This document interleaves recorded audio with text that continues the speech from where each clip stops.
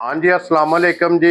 जिन्ने भी जनाब अपने फॉलोअर सबसक्राइबर लो जी जनाब, अज की वीडियो च एक वैडी भरावां नूं तकानी है और वैडी जनाब वो तकानी है कि जिसका तलक उस रवे नाल है जिन्हां दियां वैड़ियां जनाब 27, 28, 29, 30 लीटर वालियां दुध देंदियां ने गारंटी नाल दुध दिंदियां ने जनाब। उस नस्ल विचों उस वाड़े दे विचों ये जनाब वैड़ी वैड़ी आई है। लियांदी है और फिर वैड़ी जनाब तुसा वेखनी है कि सेम जिस तरह के क्रॉस की डिमांड करते हो उस तरह की वैड़ी उस क्रॉस के मुताबिक जनाब वैड़ी जे कि ए वैड़ी जे सदाबहार। मैं ना परेशान जेड़े भरा शौक रखते ना वैड़ियां साडे कोल क्रॉस दियां हाँ जी, ते चट्टे जिडे लिबास होण वैड़ियां थल्ले उन्हां भरावां वाली क्या बात है जनाब। जा वैड़ी दे टुरदियां वेखना जी लत किथे किथे रख दी है। कवावे च नहीं अल्लाह दे फजल नाल लिबास होना जिकन लत तरदी है इंजी थलियों करे दी अल्लाह दे आइए सारी ये छड़क दी सिर्फ लाए पई है आइए कह लो कि सिर्फ ये तड़ी पट्टी है। जा और बट साहब ये तारीख के दे कितने दिन बाकी है? परेशान 12 दिन बाकी ने दे लो जी 12 दिन जनाब। ये तारीख के इस वैड़ी दे बाकी ने हुसन,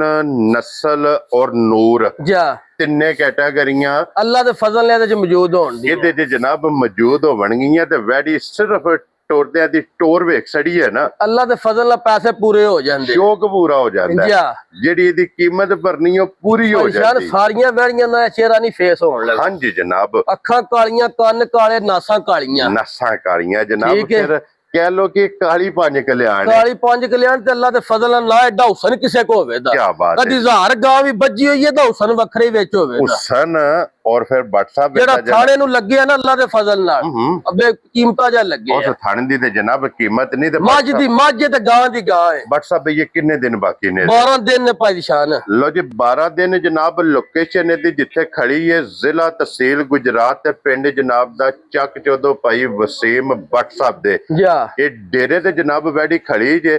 तारीख अज बनती पी जे 10 अगस्त 2026।